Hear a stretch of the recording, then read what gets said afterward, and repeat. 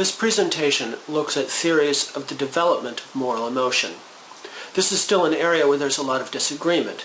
Indeed, this is a place where theories are only beginning to make the transition from philosophical theories to scientific theories.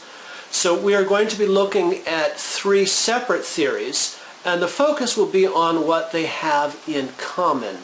And that is what, at the most basic level, that is what you as a student should know. More advanced students and a student is going to want to know details of some of these theories, especially Height's theory, which is the most recent and the most scientific. So, the first theory we will be looking at should be familiar to you from the first day of class. It's the theory from Mencius. I include this one because it is basic, it is old, and it covers all of the ideas that people working on this still basically hold to be true. Next up, we're going to look in depth at Height's theory, which is the most modern and scientific. And then we will be looking finally at the theory presented in your textbook from Jim Lischka. On the first day of class, you read a short passage from the ancient Confucian philosopher Mencius. That passage presented what we would now call an interactionist model of the development of moral competence. Mencius said that we are all born with the seeds of virtue, including, most importantly, the heart that cannot stand to see the suffering of others. However, we need to cultivate these seeds in order to have the classic Confucian virtues. Similarly, modern psychological theories present moral competence as a product of the interaction between nature and nurture. In fact, all of the theories that we are going to be looking at can be represented by a diagram like this one, where on the left you've got a set of basic innate capacities. In this case, Mencius has 4. And then across the top we have a process of developing those capacities. In this case, Mencius talks about the practice of Confucian cultivation. And then on the right, we've got what the culture would recognize as regular ethics. In this case, the 4 Confucian virtues. You don't need to know the details of this story. Don't go trying to memorize the Chinese characters or anything like that. What's interesting about this picture is how much it resembles modern theories, even though it was written 2,300 years ago in a very different social setting. Not only does it share the same basic structure as the modern theories we will be looking at, it also highlights a form of compassion or care as the most basic, most important, and foremost of the moral emotions. This model also highlights a prominent problem with this kind of theorizing. That is, taking a feature of your own local culture and imagining that it is a part of universal human morality. While we can all recognize compassion or benevolence as a universal human virtue, ritual piety seems much more restricted to Confucian culture. Now let's take a look at the work of John Haidt. Haidt, like Mencius, believes that we all come equipped with the seeds of morality.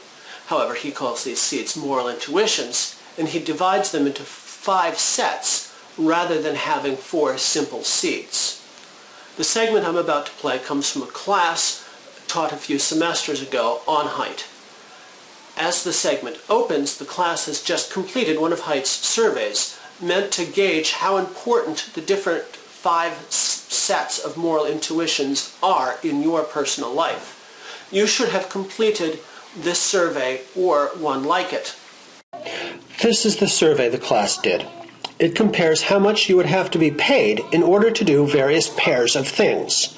The first pair asks, how much would someone have to pay you to stick a pin in your palm versus how much would someone have to pay you to stick a pin in the palm of a child you do not know. The other comparisons are about accepting an expensive TV that a friend got for free versus one that he stole, insulting your nation in front of a local audience versus an international audience, slapping a friend as a part of a skit versus slapping your father, and watching a play where people act like idiots versus one where they act like animals and urinate on stage. I want to look actually at the bottom, the bottom row first. The difference here is between attending a performance art piece where people act like idiots and attending one where people act like animals. And when they act like animals, that includes crawling around naked and urinating on stage. How many people would have to said that they would have to be paid a lot more in order to watch the second one? Ooh, that's interesting. What, can you talk about? Actually, why don't we go back here? Can you talk about? Did you say? Yeah. Yeah. Okay. Well, firstly, just the thought of like people urinating on stage, like, dude, it doesn't smell much. It's awkward and gross. Like, Okay. I don't. It just It's awkward.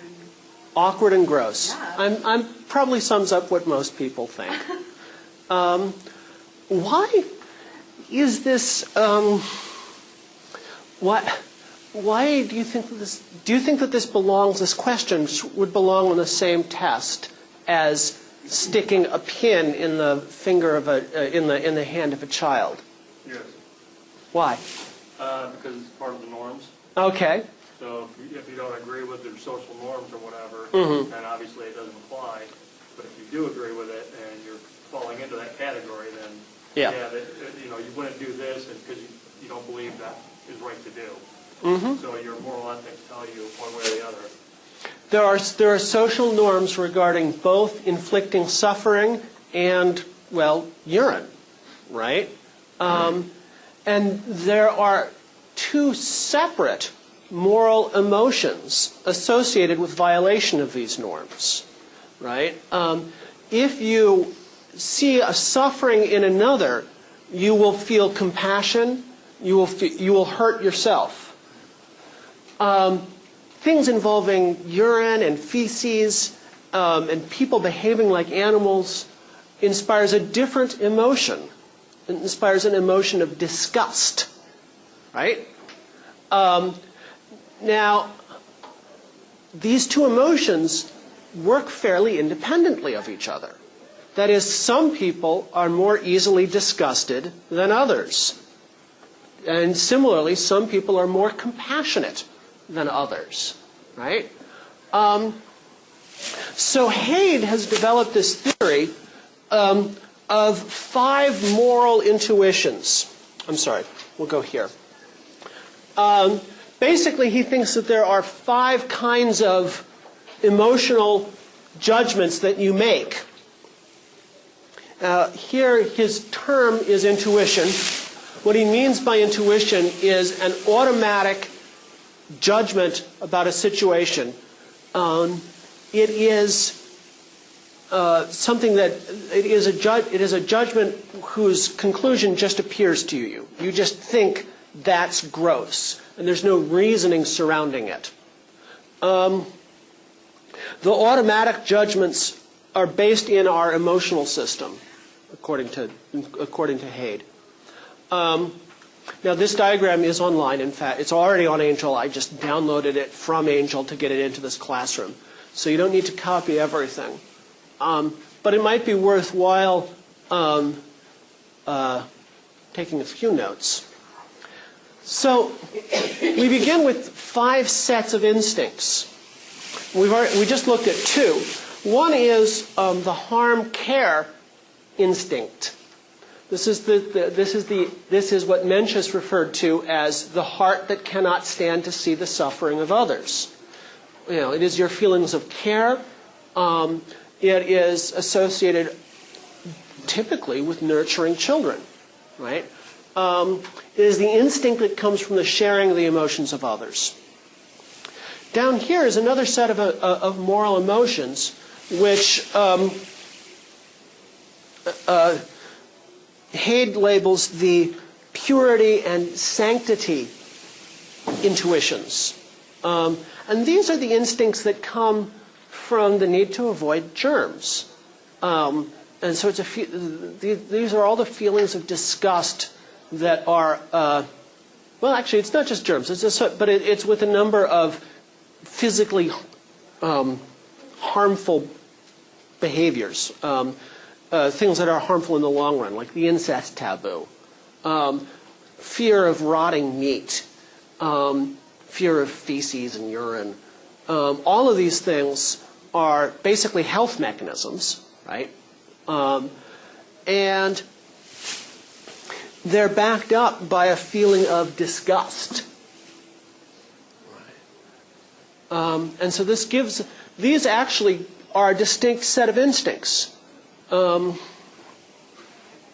they have different effects on society as they evolve.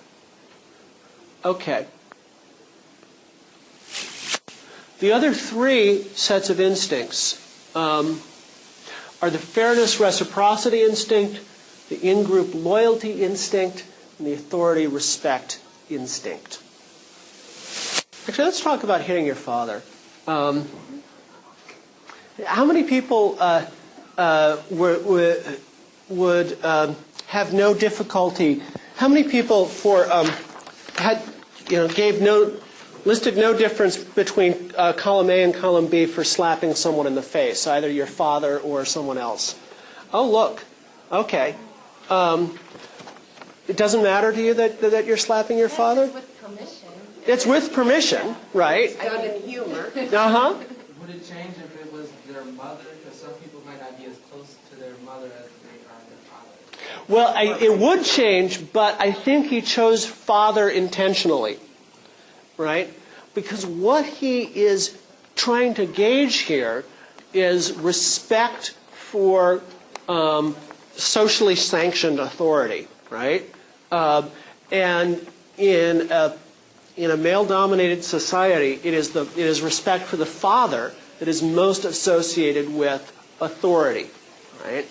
And so if you've got a casual relationship with your father and you can just joke around, oh, we're just kidding around, that on the one hand, that makes it easy to do this, to slap him in the face. On the other hand, it shows a different kind of relationship with your father than someone who grew up in a more authoritarian household or a more authoritarian society, who might feel some resistance there. Certainly, to go back to Mencius, the earlier philosopher that we looked at who talked about moral emotions, for him, instinctive respect for authority was extremely important. Paternal authority was extremely important. And being in some skit where you slap your father might just be undignified, too undignified for a true gentleman to do. All right. Associated with authority is loyalty. People feel loyalty to any number of groups in their lives. Family loyalty is important, but there's also loyalty to country or any kind of team, right? And these are typically teams in competition with other teams. Instincts about loyalty play a major role in the formation of things like a nation, right? And they are, again, separate from other kinds of instincts. So, how many people would feel uncomfortable bad-mouthing the United States on a foreign radio station? Okay. And is it different for a domestic radio station? It is. Not there, but yeah. You'd have problems with it. You're just thinking, well, look, it's something I don't think is true, and why would I run down my country? Yeah. I'd be scared in like foreign country, like, I don't know, like, depends what foreign country you're in, I guess, but, like, I don't know, in America, like, if you say something bad, like, people know how it is. But if you say in a foreign country, like, people just automatically like, oh, well,